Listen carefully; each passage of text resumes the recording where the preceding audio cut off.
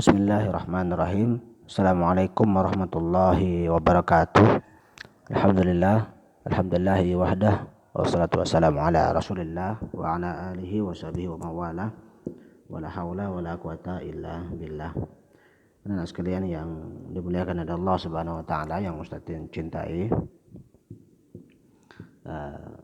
Tidak lupa Ustaz ingatkan agar senantiasa kita bersyukur, berterima kasih kepada Allah Subhanahu wa taala ya atas kenikmatan-kenikmatan yang telah Allah berikan kepada kita semua ya. Dan juga agar kita senantiasa memohon kepada Allah agar Allah memberikan kita kesehatan, yang memberikan kita kekuatan, menjaga kita semua ya, memberikan kemudahan di setiap urusan kita ya, dan juga tentunya memberikan keberkahan ya, memberikan keberkahan pada umur kita. Anak sekalian yang Ustaz cintai, itu juga mohon maaf ya atas keterlambatan penjelasan materi pelajaran IPS kita ya. Sekali lagi Ustaz mohon maaf. Baiklah, langsung saja sebagaimana di video ya, pelajaran kita kali ini yaitu berkaitan dengan sejarah kerajaan Islam di Indonesia ya, sejarah kerajaan Islam di Indonesia. Kalau di buku di halaman 16 ya. Langsung saja kita baca bawahnya. Poin yang pertama apa itu? Dibawa oleh pedagang Arab, Persia dan Gujarat ya. Dibawa oleh pedagang Arab, Persia dan Gujarat ya. Nah, jadi agama Islam ini hingga sampai ke Nusantara ini, ke Indonesia ini, yaitu dibawa oleh pedagang Arab, Persia dan Gujarat ya. Sama seperti agama Hindu dan Buddha yang dibawa oleh pedagang ya, dibawa oleh para pedagang.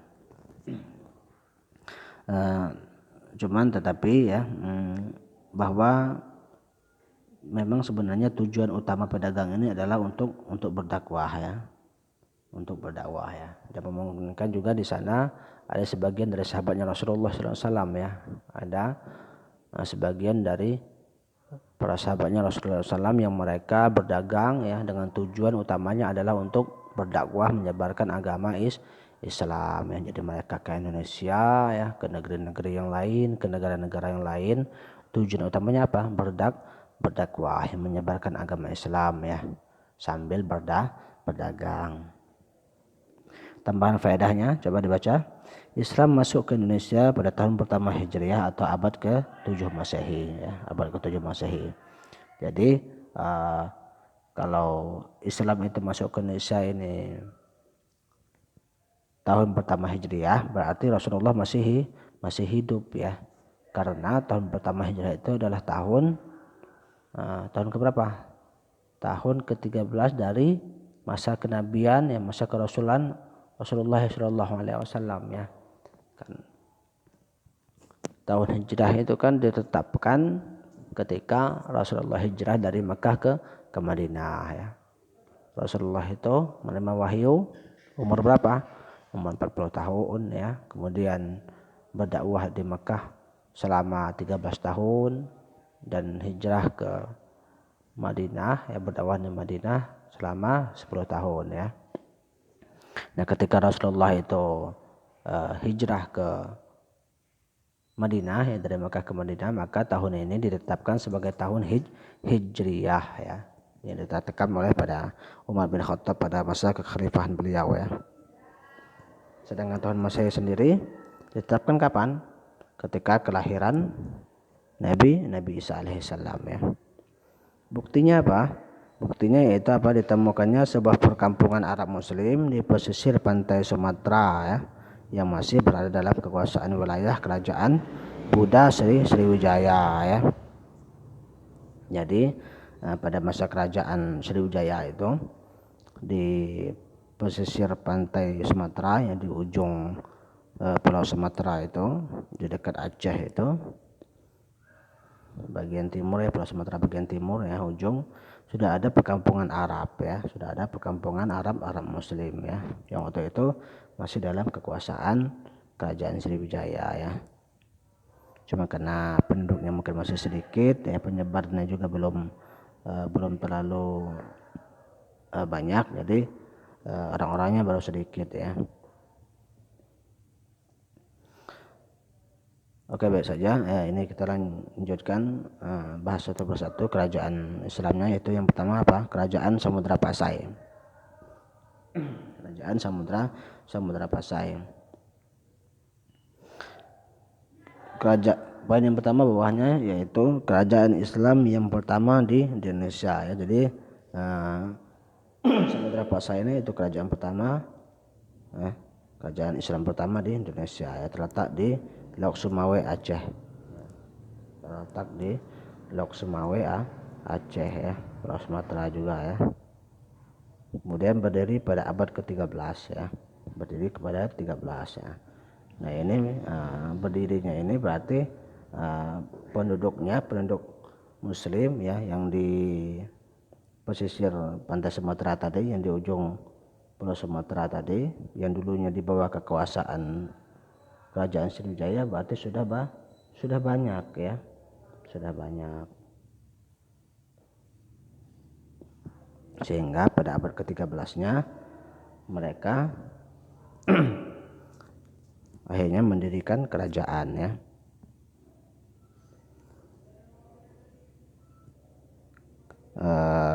Abad ke-7 Masehi sudah ada seorang muslim dari Sumatera ya.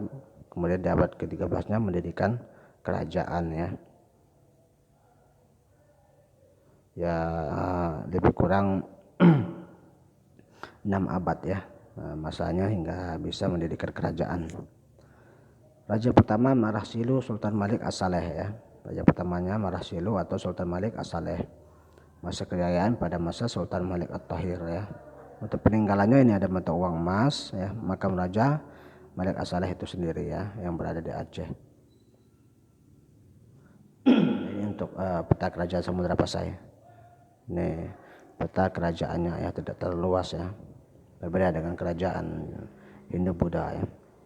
Nah, ini adalah bagian ujung dari Pulau Sumatera ya, coba kita lihat lagi. Nah, ini ya.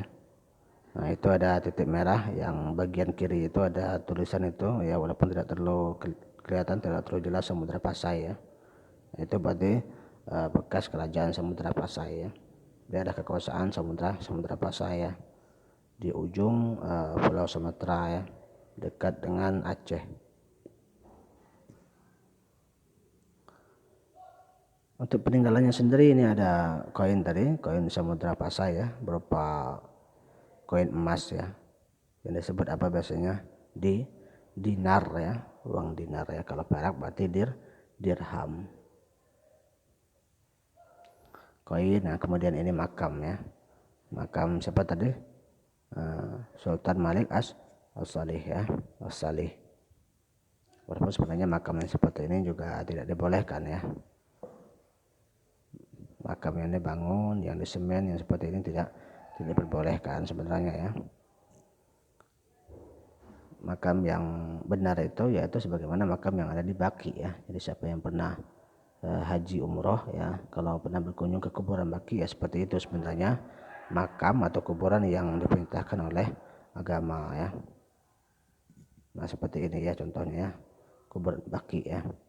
Di sana juga banyak para sahabat yang mereka dijamin oleh Rasulullah untuk masuk ke dalam surganya Allah ya. Tentu mereka lebih mulia ya, dan kuburan mereka tidak dibangun, tidak ada semen ya. Cukup kuburan seorang muslim itu ya cukup seperti ini saja ya, seperti yang ada di Baki, di pemakaman di kuburan Baki. Nah, itu juga ya, cukup seperti itu saja, tidak ada yang di semen ya, apalagi dibuat seperti rumah.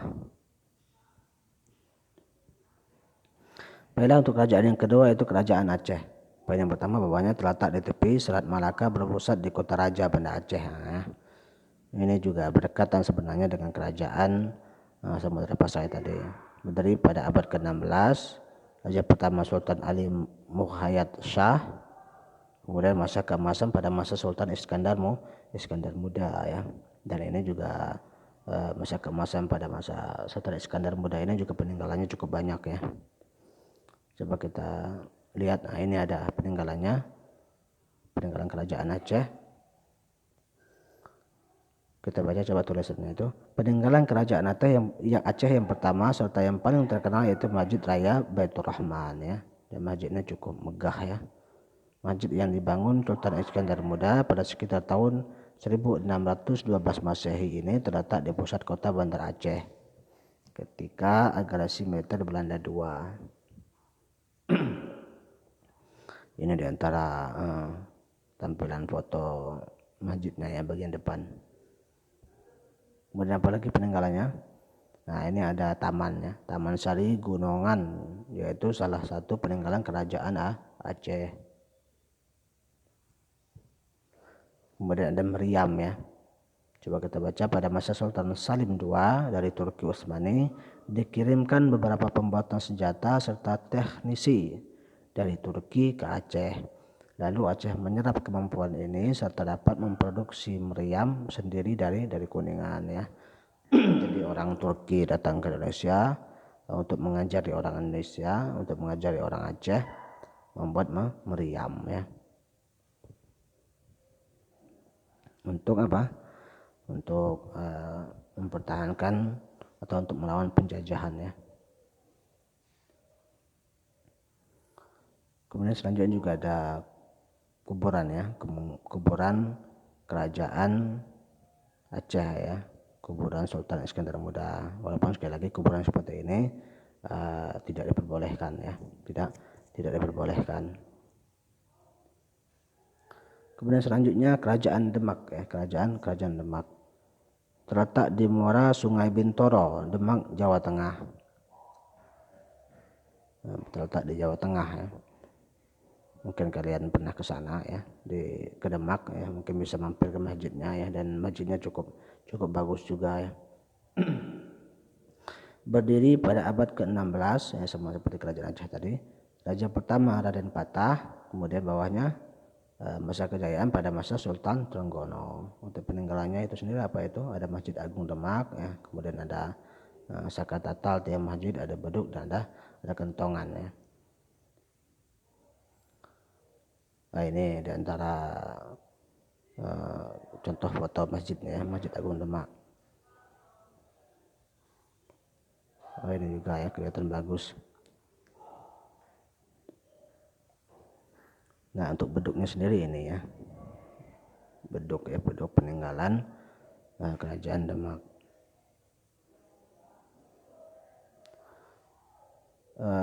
Anak sekalian yang dimuliakan Allah Subhanahu Wa Taala. Kemudian juga untuk penyebaran agama Islam ini di Jawa ini dibantu oleh para wali ya, para wali ya, walaupun sebenarnya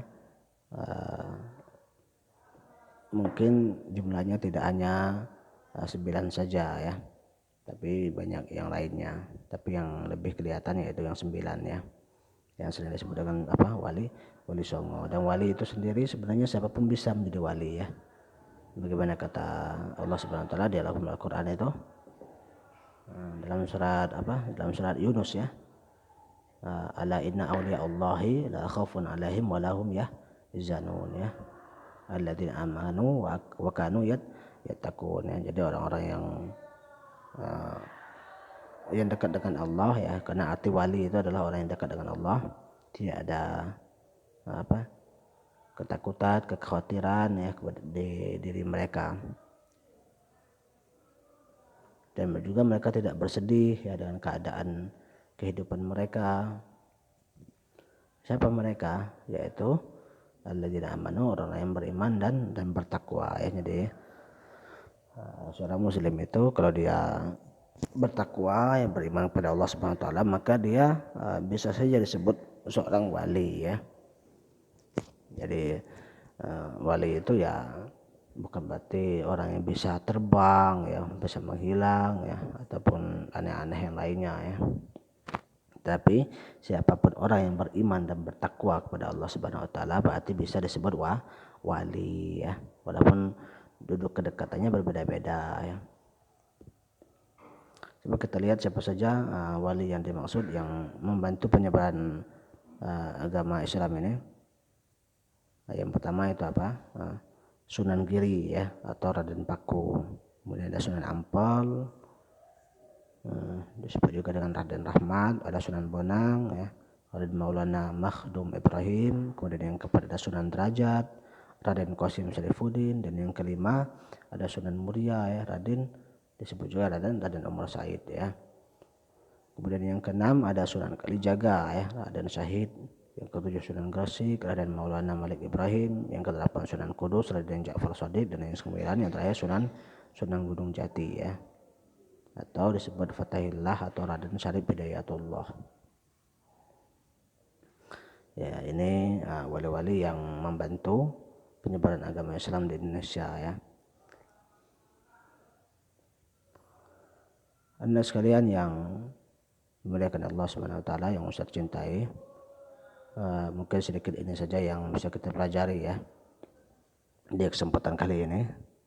Jangan lupa yang sudah punya buku dibaca juga bukunya ya. Dibaca ya, kemudian kalau kalian kurang paham ingin lebih tahu ya mungkin bisa cari di Google ya, di YouTube ya, daripada nonton yang lainnya yang tidak bermanfaat, yang kurang bermanfaat ya. Baik nonton mata pelajaran saja ya, cari mata pelajaran yang berada di YouTube ya, atau di yang lainnya.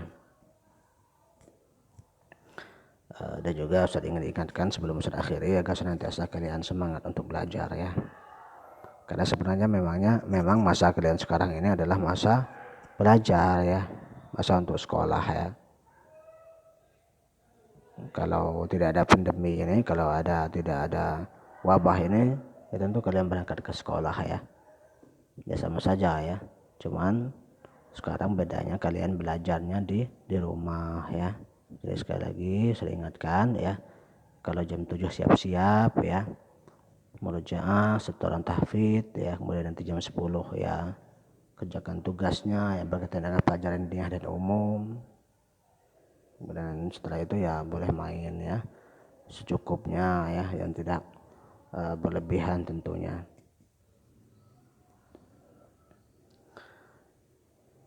Kemudian anak sekalian yang dimuliakan Allah Subhanahu wa taala, saya juga ingatkan agar kalian menjaga sholat kalian ya, menjaga hafalannya ya, karena hafalan kalian ya kalau tidak dimurojaah itu akan hilang ya. Baiklah, Ustaz rasa cukup sampai di sini ya. Ustaz mohon maaf apabila banyak kurangan dan kesalahan ya. Kepada Allah Ustaz mohon ampun. Wassallallahu ala nabiyina Muhammad wa ala alihi wasallam. Walhamdulillahirabbil alamin. Assalamualaikum warahmatullahi wabarakatuh.